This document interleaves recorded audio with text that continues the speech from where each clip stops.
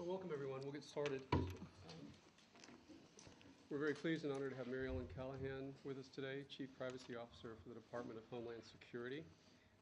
She had, before joining DHS, she had many years in the private sector as an attorney practicing in the areas of privacy law, data protection, and other related fields.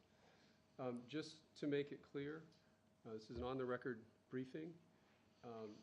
Ms. Callahan works for the Department of Homeland Security, and so questions on TFTP SWIFT are not something that she's really equipped to address.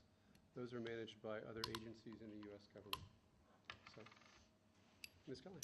Thank you. Thank you very much, Mitchell. And if I may, pour myself a glass of water.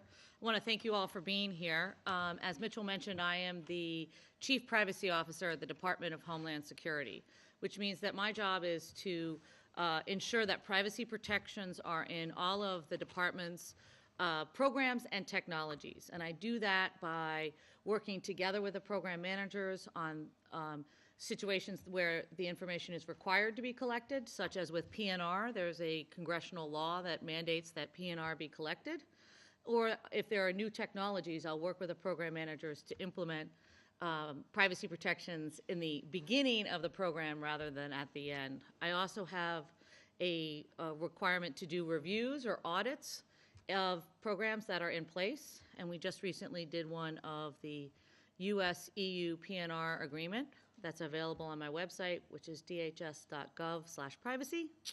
And so that's an example of the type of review that we would do in my office in addition to giving the proactive or beforehand advice.